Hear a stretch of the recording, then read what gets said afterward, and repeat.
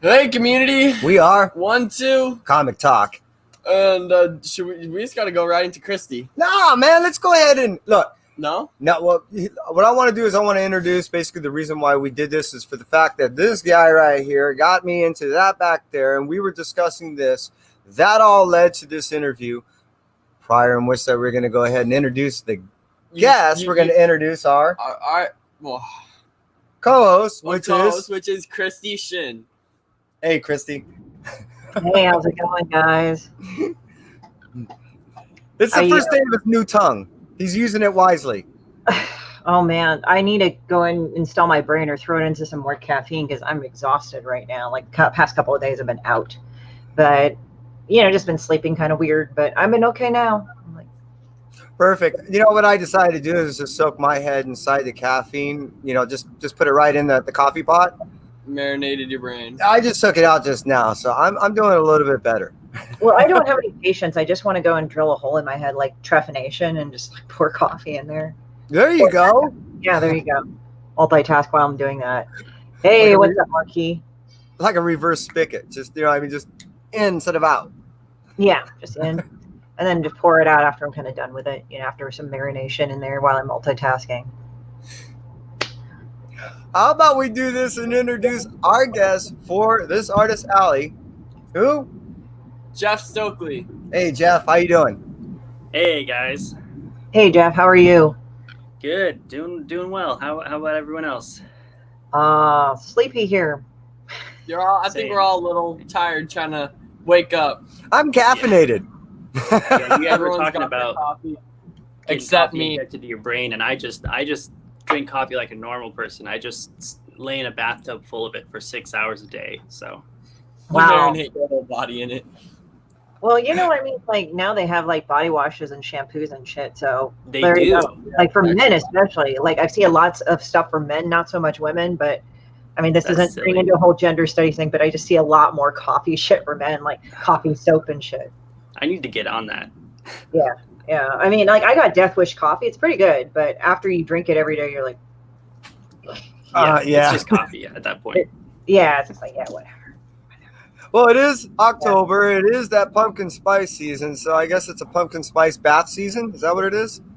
Yeah, I guess. If I'm feeling, splurge, if I want to splurge, I'll do a full pumpkin spice bath. It actually might kind of burn some precious lady parts, I think. Oh. Yeah, no, that's not something girls would do. I know they say, oh, girls are really into pumpkin spice. We like to drink it, but I don't think soaking it in it is a good idea.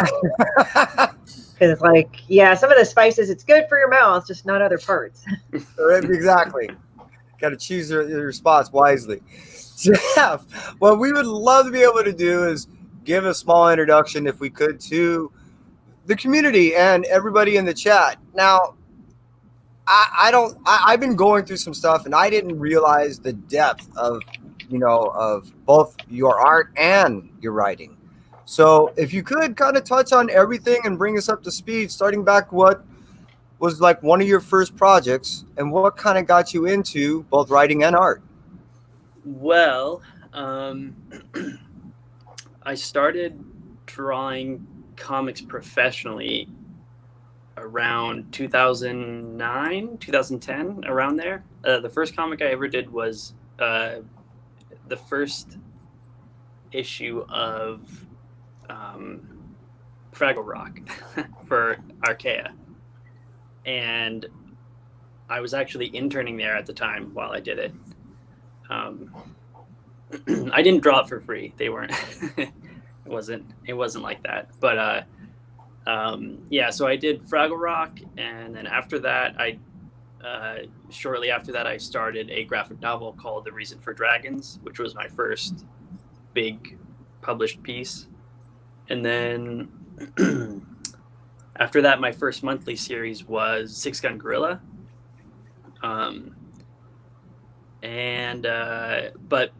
But during all that, I've always loved writing as well. My whole childhood, I've always wanted to create new stories rather than just draw other characters. I always wanted to draw my own. And while I was working with Archaea, they did a lot of Henson stuff. And so I ended up adapting a telenovela for the Storyteller, which is a Jim Henson property.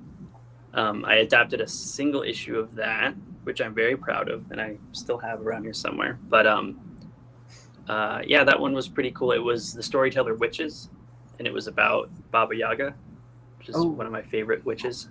She's great. Yeah. I have to say, I kind of chuckled a little bit when you talked about, oh God, I like now have a brain fart. I'm sorry, lack of coffee. Yeah, same. But Okay. yeah, not Fraggle Rock. It was like when you mentioned about something else, and then I just put this imagery in my head, and now it just went out the door. So sorry about that. It's okay. Didn't want to seem rude. It was just like the image. You know how sometimes like you probably have that too, where you have these moments like you're talking about something and somebody kind of chuckles, and later on you're like, or you chuckle, and then you're like, oh, I just had this picture in something else. Yeah. If I may, there's a lot to unpack there. I mean, even starting just with Fraggle Rock, when you probably were thinking of some of the first projects you were working on, I wouldn't imagine Fraggle Rock was probably the first thing that came to mind. And then you went from there again. You transitioned into another book, actually a couple of books that were totally different. So right off the bat, you were asked to exercise a lot of your talents. You know, can you kind of go through what that was like between going from one type of project that a far contrast to another like that in such an early point in your career? Yeah. Well, for Fraggle Rock, it's kind of funny.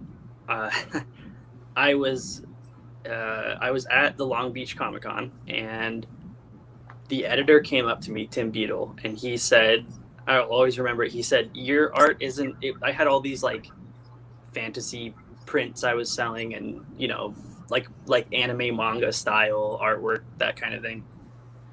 And I hadn't been published yet, and he was looking at my work, and he went, "Your work isn't what I'm looking for, but that's what I'm looking for, is like something different."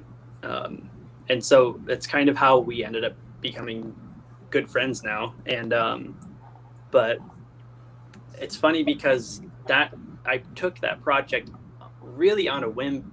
It's kind of two-part. A, I had never been published, so I was like, I need to get published no matter what.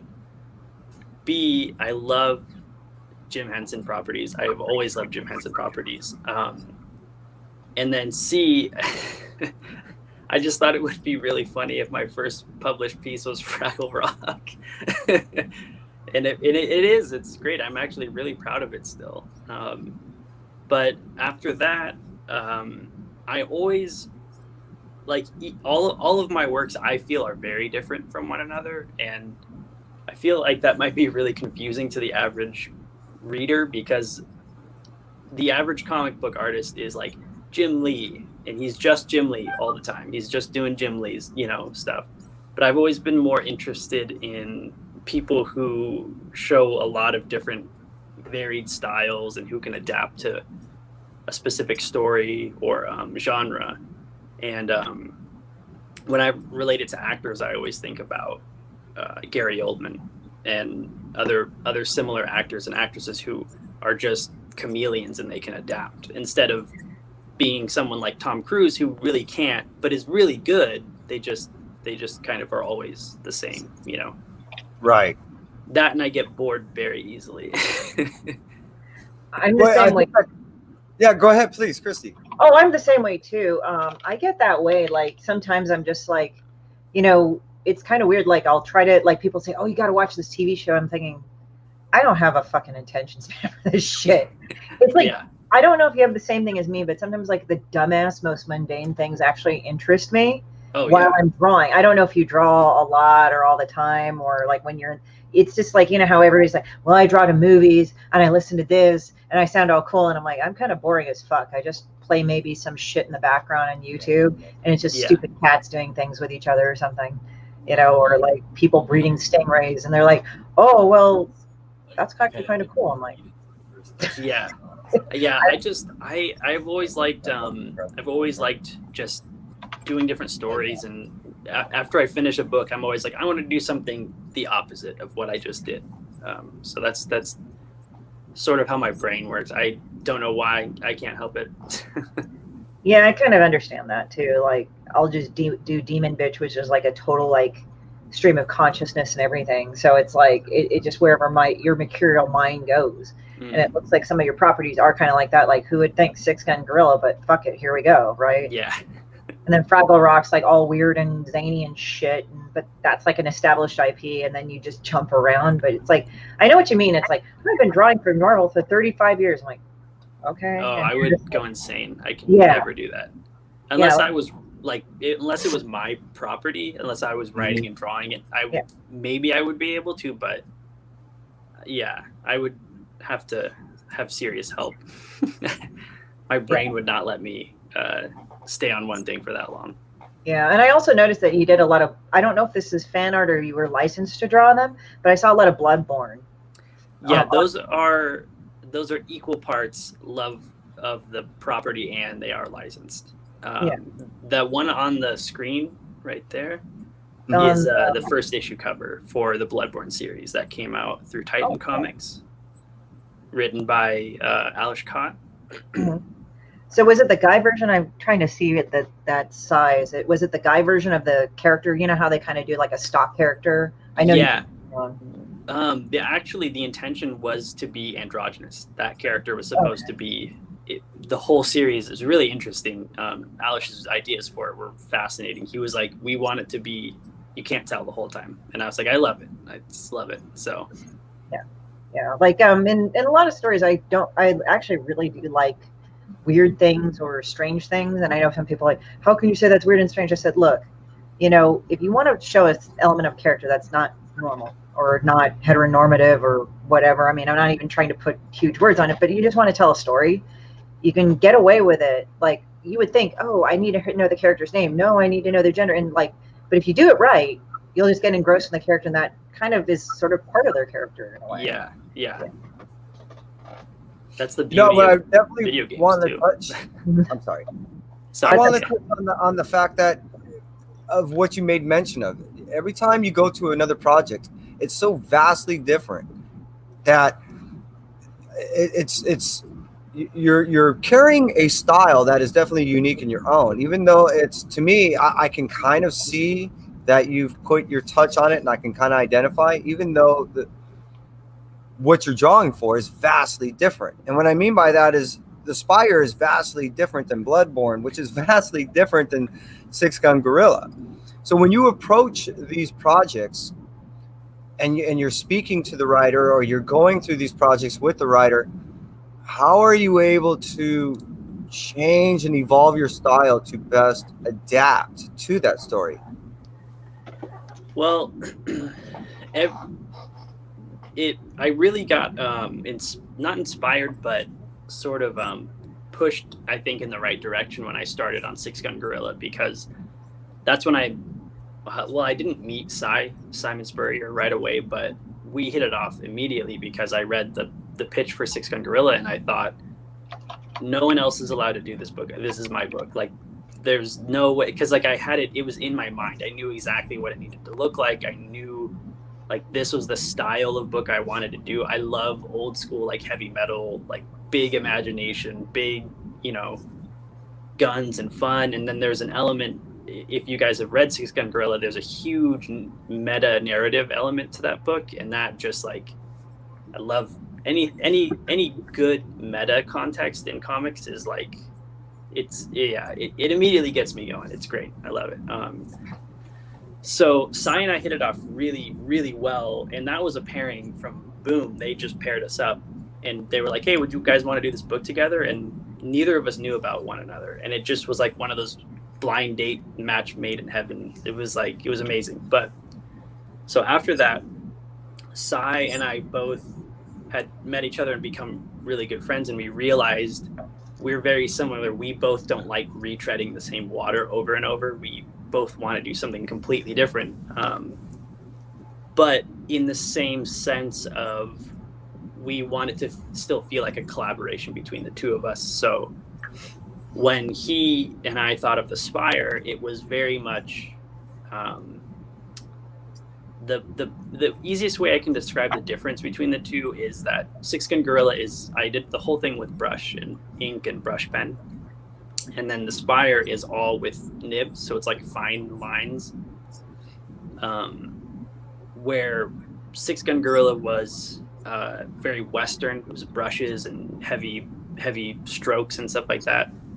The Spire was much more European or Japanese, so it was fine lines, very detailed, meticulous kind of stuff. It was a little bit of Mobius meets Miyazaki was kind of my pitch to Boom, which they laughed and I think at. that's what I wanted to point out is the vast contrast that you're able to obtain when you take on a project, and touch on the fact that I've noticed that you work a lot with, like you said, with Simon Spurrier, and that it seemed like from the moment that you had met him, you guys had worked on a couple of projects together. Not to really pull too much into the future, but it seemed like you had a great relationship working. Are you guys looking to do another project down the road? We've definitely talked about we are totally going to work together again at some point. We would love to. I mean, the way we see it is we have one left in the trilogy. That's kind of the way we look at it, at the very least. But we've definitely talked about doing other projects. We've talked about lots of stuff. We talked about doing a sequel to The Spire, which we're not going to do. And if we did do it, it would be wow, a different format.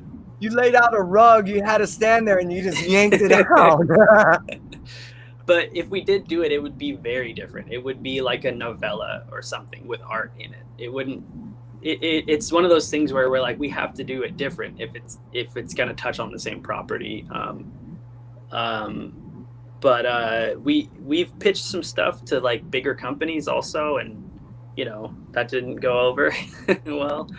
But I would love to share that. I don't know if I'm allowed to share that stuff, but I don't. No. I asked you. Don't do that. We'll have you at another time to do things like that. Definitely. Yeah, do a failed pitches one. That would be great. I would love that.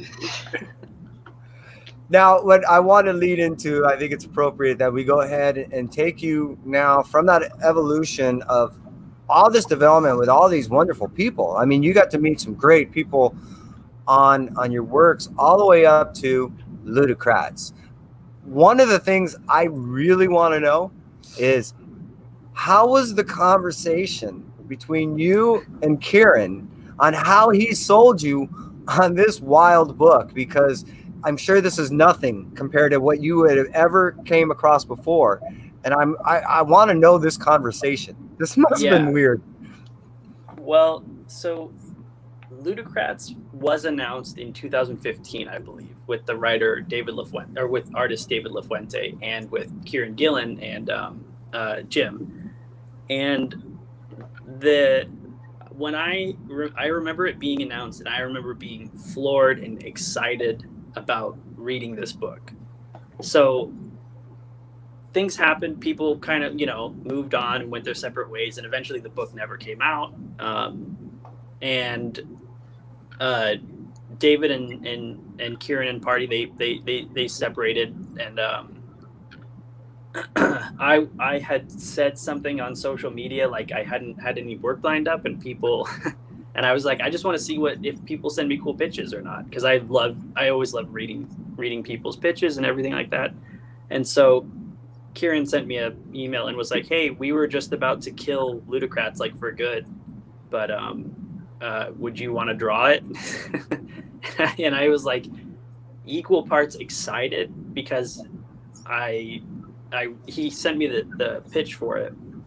And the initial, like when Ludocrats was first announced in 2015, there wasn't a lot given away about it, and that's all I knew about it. So when I read the actual pitch, I had a very similar moment to when I did Six Gun Gorilla, which was like, oh, I'm supposed to draw this. Like no one else is. Like, I'm very greedy about that kind of thing. But there was also part of me that was like really sad that I wouldn't get to see it drawn by David, because he's so amazing. But yeah, he pitched it to me, and I just fell in love with it. It's just absurdist humor at its peak, and that's my favorite thing. And it was also, I had just done Terminator Sector War, which was a really gritty, serious 80s like action comic for Dark Horse with Brian Wood.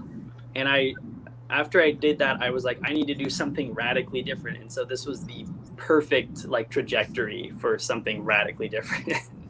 This is actually some of it looks like it's influenced by One Piece. Is that true? Oh, absolutely. That's what I thought, like the mouth. Right yeah. Like how I just noticed the nose and how the mustache was in the mouth. I'm like, that's gotta be like One Piece. Big mouth that takes up half the head. Yeah, I absolutely adore Ichiro Oda. So his work is hugely influential to me. And I was reading a lot at the time. Oh wow, that's really cool. And for because also with Ludocrats, I'm kind of interested in this. I know you didn't write it, but Kevin mentioned that you were a writer. And do you write in like the classic comic book style, like script wise?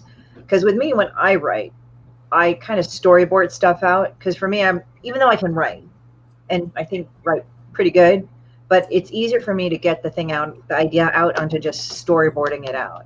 And I don't know if that's how you would do it. That is much closer to how I do it. I usually have the writing process is it's this crazy thing. It's like me half the time I'm like, oh, I have a cool line in my head, and so I write it down, or like I have characters made, so I write descriptions of them down. And so I have all these things that are like slowly over time I'm building puzzle pieces in my phone's notepad, and then I start to thumbnail because I know how something breaks down. But to break it down even more, I actually do bullet points. So I'll do like page 1 and I'll just write a sentence of what needs to happen. Page 2, page 3, and it's each page is a sentence, and then I thumbnail from there, and then I script. So yeah, it's a weird like melting pot of a I guess process. Yeah. I was always curious because like in comics, like when you start out, and I think when I started, it's like when you're an artist, you kind of do this one thing. When you're a writer, you do this other thing. It doesn't mean both of you aren't creative. Either of you aren't creative. It's two different processes. But then I'm meeting more people when I talk to, and I've kind of evolved into this, like into a fusion of writing and drawing, that it's sort of like, okay, I guess whatever your discipline was sort of first you follow.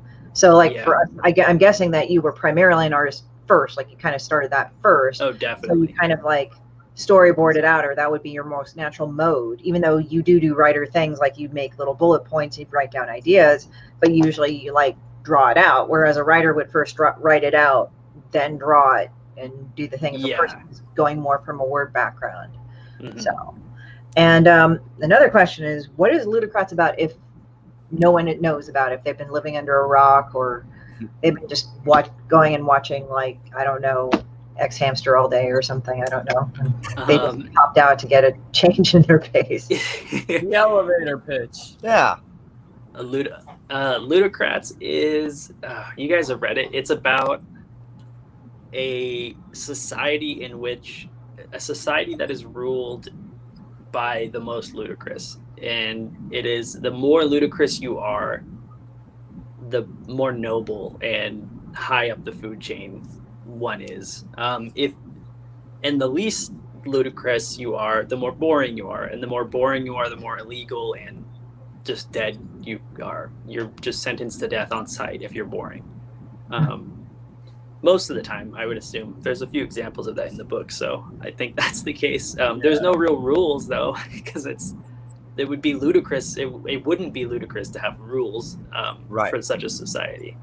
So go on. Sorry. The plot, though, is it's nebulous. There are ludocrats being abducted and tortured and killed, and these ludocrats are trying to find out who did it and why. So it's kind of fun.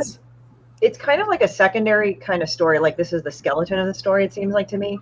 But it kind of reminds me of kind of One Piece. Like, the skeleton of the story is Luffy trying to be the king of the pirates and all that. Yeah. But everybody's insanely nuts, like in the freaking anime. Like, You look, I can't remember all the names. Like there's this one guy, he's like so masculine, but he just dresses completely flamboyantly because he's totally fine with being a dude, but he's just needing to be flamboyant. And then there's Don Quixote do Flamingo. Yeah, that's it. I think that's him. And then like the movie where he just gets like the big pirate power. Like I guess each of them have a power. And like one of them used to be like a fat chick because it's like Asia or something. Like so that was like she was a fat chick, but then all of a sudden she had this ability to like not gain weight, which was the weirdest thing ever. Yeah, it's such a weird. Yeah, like and then but yet like she got really skinny and had big tits, and then she'd be like, "Oh, see, do you like me now, huh?" Or she like when I watched some of the dub, I was like, "What the fuck are they saying?" Like she said, "Well, so you think I'm the greatest now and the most loveliest because I am like the most beautiful," but she was thinking that when she was like just this big ogre-looking chick too. Yeah. It was like, all right, you know. I mean, remember that character. I don't remember what her name is though. Yeah, it was just like the episodes that I watched of One Piece. It kind of makes me think of Ludocrats in a way. Like they have this skeleton. Like, okay, we have this plan, but fuck the plan. We're doing all this other shit. We actually had there were a lot more characters in the initial documents. There was like a ton of just other Ludocrats, and a lot of them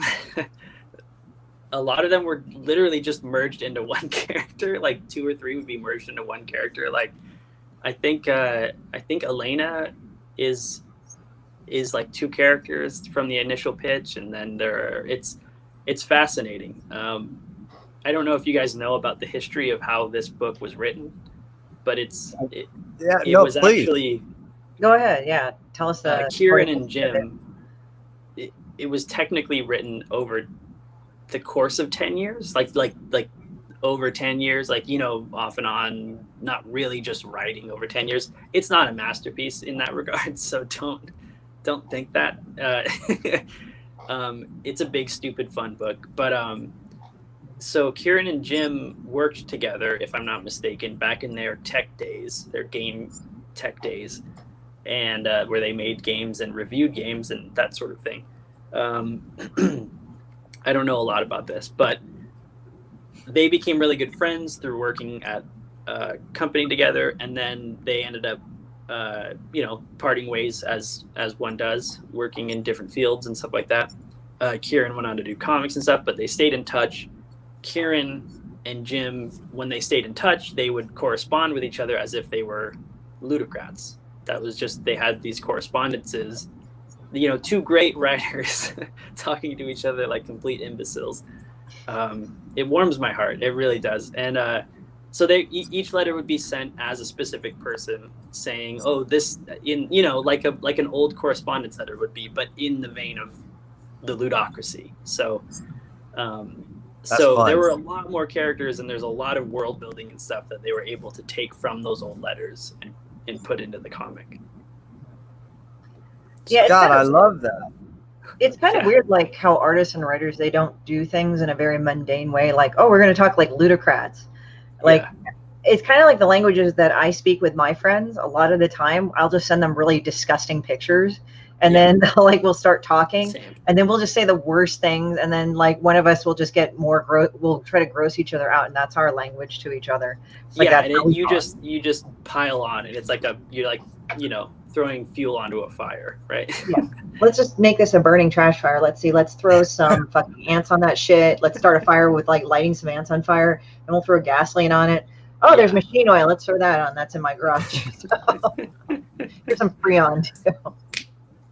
Well, I'm going to actually then try to make this something more than to me, it's that there's a lot of depth into this story than maybe initially was intended. And what I mean by that is when he read the story first. When I buy the books, I tend to log them into the computer before I am rewarded with the fact that I get to read them.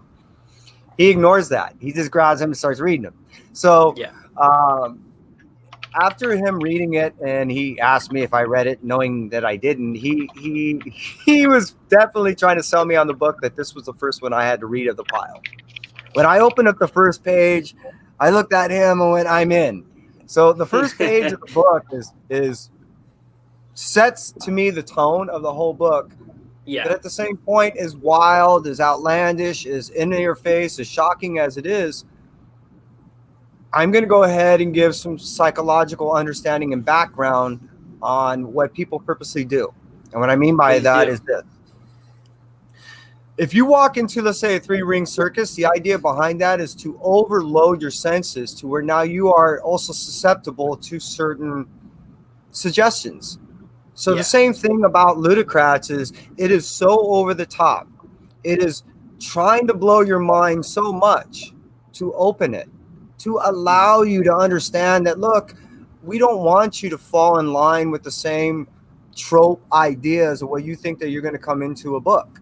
We want to blow your mind to open it up enough to where you can be able to be suggested to the idea that understand this is the book at even half of its right, because there's more depth and more than just to shock you. So to me, what I got out of the book when I got to the end was one of the only ludicrous things that you can do in your life is to accept the fact that you no longer want to act at moments with some type of, form of ludicrous. So it was a form of still being able to say that you can still obtain and retain youth.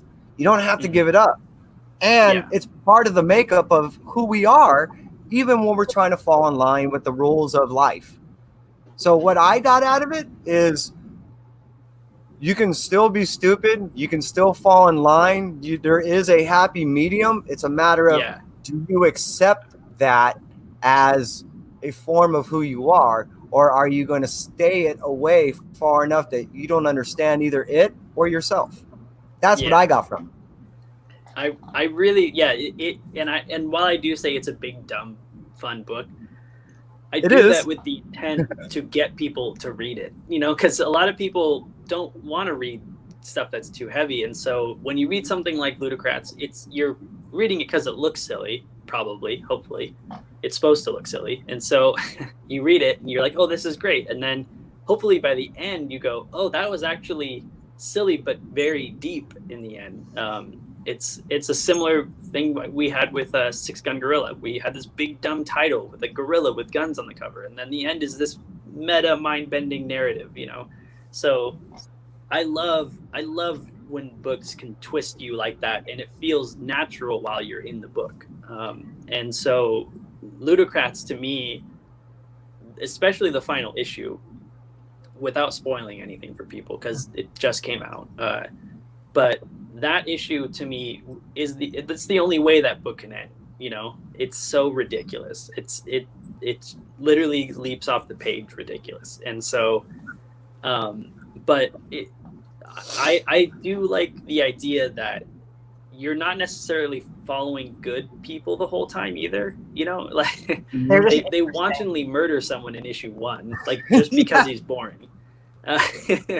It's like it's sort of like they're more interesting than good or any sort of moral counterpart. Yeah, they're super lovable and likable. I think they're all likable. Even Voldegan, the Perfidious, he's likable for being treacherous and evil.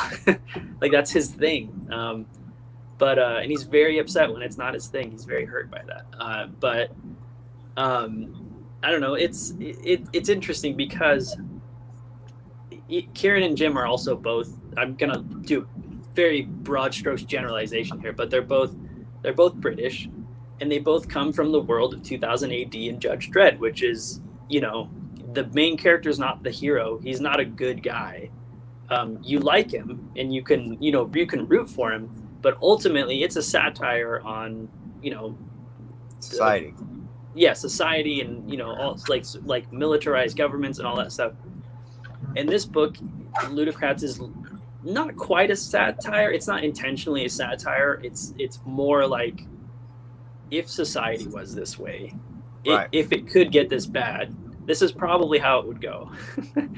Which is not necessarily a good ending. You know what I mean? It's like you're like they're having fun, but is this the right ending? It's very British. It's very British. I've noticed. Like they kind of do this thing. Like this thing sucked. This is how it would be. I mean, Americans do this too, but Americans. I think Judge Dredd, that was written by an American, right? I'm just trying to remember. Off the top of my head. I have no idea. Okay, I don't know. Maybe I'm talking on my butt. But anyway, so like Americans tend to have this very straightforward way of doing, like, okay, the purge. If society was this way, this is how it would be. Very logical manner this is like, they say Americans are ridiculous, but it's like we also are kind of very rigid and logical things sometimes in our own way, right? I mean, the British do, they have different, it's slightly different, but with British, it's like they're always poking fun at everything, because I think they used to have an empire and all this other shit, and then they're going like, well, okay, so it's sort of like the monarchy that we used to have. I mean, they still do, but you get what I mean, like back in the 50s or something. But let's make it so that it's really terrible, and let's just make fun of that, like Ministry of Silly Walks, Monty Python. It's like there's satire in America, but it's like there's satire in Britain is very, very tongue in cheek, almost always. It's very direct, and everybody knows it's there. Like, I guess we have to make fun of that, Yeah. Yeah, it's really interesting. Ludocrats it's definitely a book with it's got layers to it, for how silly it is. It definitely does have layers to it. But it does say a lot. I think the last issue particularly does, which I would like to talk about more, but it is the last issue and it just came out, and it's hard to talk about that. Well, everybody read it. Everybody read it. That's the thing. Yes, please read it. Please buy it and read it. Yes. Well, I'm thinking, don't steal it. Don't be an asshole and steal it. So stop. But what I think is kind of funny, so we'll talk about the ludicrousness of things. I think like when you kind of go at your work and everything, for me as a personal thing, and again, that's the reason why I'm talking about my own work right now, because I don't like to presume what other people are thinking when they draw, but maybe we could relate to this. Sometimes I just make fun of my work. Like I'll just draw a demon bitch and I'll say, it fucking sucks. It's terrible. It sucks. And at first when it came out, and I wasn't saying that out of anger, it was supposed to suck. It was supposed to be terrible. It's like, that's the branding and selling point of it. And the thing is that I've noticed though, in my quest as an artist or a creator, the more that I kind of go like, this is supposed to be stupid as fuck, the better it was, because I didn't really put all these restrictions that it had to be good, quote unquote. I could just draw. I didn't think about format or anything. I just would draw it out as it would organically show up. I mean, I would still edit it, but then it would realize that people enjoyed that more. Yeah. And I don't know if Ludocrats was kind of like that in a way, where it was like you kind of had to go into the stupid part of your brain, even though you're not real. This is not a stupid book. It's just, but kind of ludicrousness and stupidity seem to be associated hand in hand. Like you're doing synonymous. Yeah. Yeah, it's synonymous. But it's not really, because there's actually some sort of logic to ludicrousness, even though it's okay. But then there's a logic to stupidity that can be slightly different. Yeah, I probably took a pretty literal approach to that when doing this stuff, because I have this mentality of everything I mean, this is dumb to say that this is like my mentality, because it's not my mentality. This is what most comic book artists' mentalities are. I hope is that everything serves the story.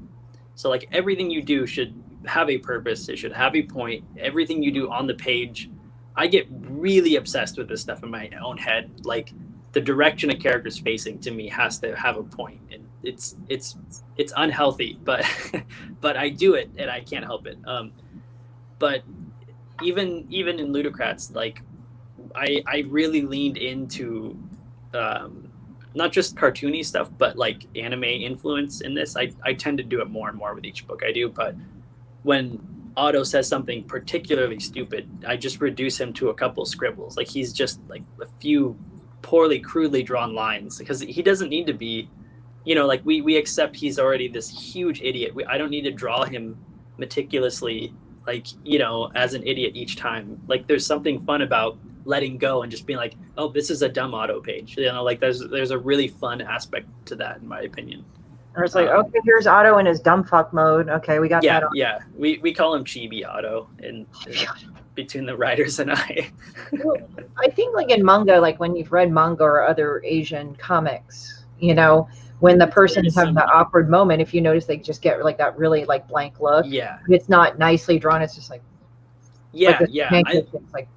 I love that, because it's such a sharp and immediate, it's such a sharp and immediate visual cue that this person either got something or didn't get something, or it's like, it's an immediate sense of like, oh, this person's dumb, or the other person's dumb. It's a great emotional gag visually, I think. Yeah. If I could touch on how you were able to emphasize some of the storylines in the book, and what I want to touch on is there are 3 issues that really hit me hard: issue 1, issue 4, and issue 5. And the reason why is issue 1 really grabs you and it really opens your mind to allow you to go, look, you're either going to love this or hate it. Right off the bat, you pretty much make that distinguishment right there. You know what I mean?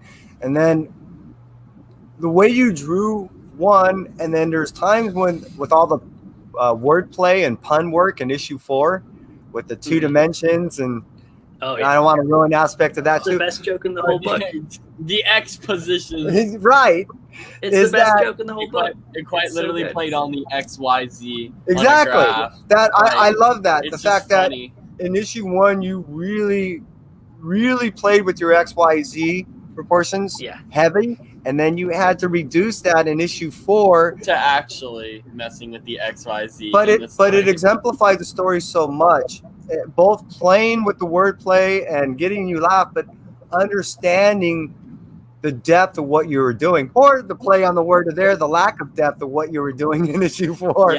You know, because it really worked out when you got to issue 5, and it culminated into this piece with this piece with this piece, all of it separate. Let's use a cake analogy, I guess. If you took an egg, if you took a little milk, if you took all your mix and you try to eat that separately, it's crap. But when you got to put all these aspects and you got to issue 5, it made this wonderful cake. So what I really want to give to you is, 1, I want to thank you for great work. You're able to take these words and really convey it to these pictures really well. And 2, how much fucking fun was that? It was insanely fun. The funny thing is this is one of the only books I've ever done where I didn't. So I said I read the pitch for the book, and that's all I read. I was like, I don't want to know what happens in this book. I want to read each issue fresh. I don't want to know the series synopsis and everything. It's the only book I've ever read it's really weird because I just had so much faith in what Kieran and Jim were doing. I knew it was all going to work out, you know. And I think there's a line in the first issue in the script that gave away the ending to me. That was just like a hint at the ending. I was like, oh, that's probably the ending. So we got each part it's really interesting because just having total faith in what Kieran and Jim were doing, it's very obvious what they were doing with the exposition stuff. So they set up exposition in issue 1, and he keeps coming back, right? And people are going to think I'm talking about him as if he's a plot point. He is not a plot point. It's just a setup for a really funny joke. Which was that one? Yeah, we see him appear a couple times in the comics. Yeah, it's such a good setup, and it's a multi-issue setup for an amazing gag. And drawing that was really fun because I had to figure out a simple way to draw the characters without making them look 3-dimensional. And so I had to, what's really weird is you're like, oh, you just draw them flat, but it's like all characters you draw are flat technically. Right. So then I had to do a lot of angles where you're looking down a wall and they are on the wall. So that way you can really see, oh no, these are flat characters. And then you can see I did them with a different pen, and it's all textury and stuff. And our amazing colorist Tamra came in and she made it just completely flat, and I was like, this is perfect. So it really worked. But at that point, they almost another have to interesting look thing about the exposition setup is that you are establishing that these characters, you're sort of setting up a promise in a weird way that, without spoiling anything, that there is going to be some fourth wall breaking, you know? We're establishing that the rules don't apply the way we think they apply to this world, these characters. And so there's a huge payoff with that in issue 5, as you guys know. So if, you know, it's like you said with that page 1 of issue 1, it throws everything in your face and goes, this is what's happening. That whole first issue is this is what's going to happen. If you're not okay with it, then, you know, this isn't the book for you. Weird stuff's going to go down. Exits right here. I can't agree more. And, you know, I think one of the most wonderful things that I really liked about the book, or I should say we liked about the book, was as much as it wasn't taking itself seriously, there's serious things to take. And at the end, it's up to you as the reader how much you want to be entertained by the silliness or the seriousness or the interwoven of the two. You know what I mean? It's because again, that decision is there. It doesn't seem like you have a decision of, well, I want it all. It's like, no, it's kind of like when you read issue 1, you're either going to like it or not. You like one thing, you got to take the whole package. Kind of. Yeah, and I think it's very much like the end of the series is not one of those, oh, it's all wrapped up in a pretty little bow. I mean, it technically is, but it's like we didn't want to tell people this is like how the book ends, sort of. It's really weird. There's a very nebulous end. It's very much like open in that regard. So you think does that make sense? It's not an open-ended. It's weird. Oh, sorry. I apologize. No, I was just saying, like, it makes me think of Fruity Pebbles. Like, you got a bowl of Fruity Pebbles, like, right before Saturday. I don't know if you're old enough to remember Saturday morning cartoons. Yeah. But what I would do is I get, like, a huge fucking bowl of, like, Fruity Pebbles. Yeah. And I would watch fucking cartoons for 5 hours straight. But imagine, like, getting the sugar rush from the Fruity Pebbles. Like, you just put the Fruity Pebbles in. It tastes so good, like, right when you pour the milk in, you know, still crunchy and crispy. And then you throw fucking trick-or-treat bags worth of Skittles in there and you eat that shit, and then that's probably how this book feels, right? Am I wrong? I hope so. Yeah, so there you go. Don't put the chocolate, it'll clash. Followed swiftly by diabetes. Yeah. Oh no, Starburst then diabetes, and maybe pixie sticks and shit in there too. Yeah. Actually, to stick on a food thing, I got a question about something about food. What's up with the pickle juice? Pickle juice? Yeah. At the end of the book, it looked like to me that's something that Kieran wrote. I guess he didn't notice. Which part is that? Oh my God! It says you ruined everything. Two things. Be careful with the cover. It says one, don't ask Jeff about Ludocrats. And then it says 2, he puts pickle juice on everything. Oh, is it my oh man, which one is that? Is it my character bio? Is that or whatever it is? Yeah, it's on the back. Yeah. Yeah. Oh, here it is. Oh, now you got me looking for it. Where is it at? I took a picture. Actually, I took a picture. What am I doing? Let's just say that pickle juice is pregnant. Is it this page? Oh. Yes, that's it. It says available for work. Jeff is talented artist. His work includes The Spire, 6-Gun Gorilla, Piper, and much more. But don't ask about Ludocrats. It will provoke violence. And don't ask they about wrote all of those without telling me. And I like this one was my favorite because it just said Jeff Stokely is available for work, which is true. But it's very funny to me because it's true. They didn't know that either. They just made that up. So it's great. Don't ask about Ludocrats. It will provoke violence. This is just a silly joke. I don't know what the pickle juice is. Where's the pickle juice? It says aggressively relaxing thing. Pickle juice. Well, so somebody actually wrote this. This is a drink recommendation. Pickle juice and tequila, while a harsh taste by themselves, is refreshing together. It's really weird. Try it out. Thank you, aggressively relaxing. Wow. I swear I saw somewhere. I'm going to send it to you at some point, but I just thought, to me, it was really fun to read all the stuff at the end. To me, it exemplified how much fun it must have been to work with these guys on this project. You know what I mean? And I think that's what I kind of want to do by ending the show, is that I wanted to recap the idea behind this whole series. One, you're going to get a cool little message. Overall, it was a fun book. And I guess what I want to get beyond the funness to read is I would only make the assumption to work with Kieran and the rest of the gang on this book. It must have been as much fun to work on it as it was for us to read and enjoy this thing. So I hope you had as much fun out there, community, as it was for us to have Jeff on here.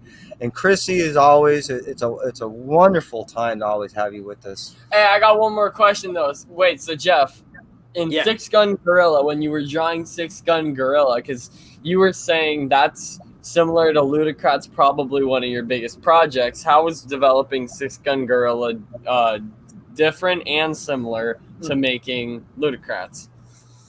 Well, different. It was different because there was no established roadmap, I guess, for Six Gun. Well, okay. You know what? It's weird because for Six Gun Gorilla, it's based on an existing character, which is Six Gun Gorilla. He's a public domain character. So I did know that we needed a gorilla and he needed a poncho or something Western-y, right? So that's kind of my basis. And the rest is sci-fi, and it's totally in my own mind. All that stuff's coming out. And in Sai's mind, obviously, because he's thinking of all of it. So that was like basically establishing the way the world looks. That stuff was very different, but it was mostly influenced by how I wanted to feel. So Six Gun Girls, like I said before, it was a lot of brushes, a lot of heavy lines, big thick lines, that sort of thing. A lot of that was all traditional. A lot of splatters, ink splatters, that sort of thing. Very gritty, but also stylized, because I can't help but draw stylized stuff. I can't draw realistic stuff to save my life. But Ludocrats, since I was sort of, writing the coattails of David LaFuente, not literally. We all established that I was going to try to do something very different with it, but I did have a little bit of a knowledge of how silly this can look, if that makes sense. I knew that it could, if it could look this silly, it means I could take it this far. That's the way I tend to look at things. So I knew I could go.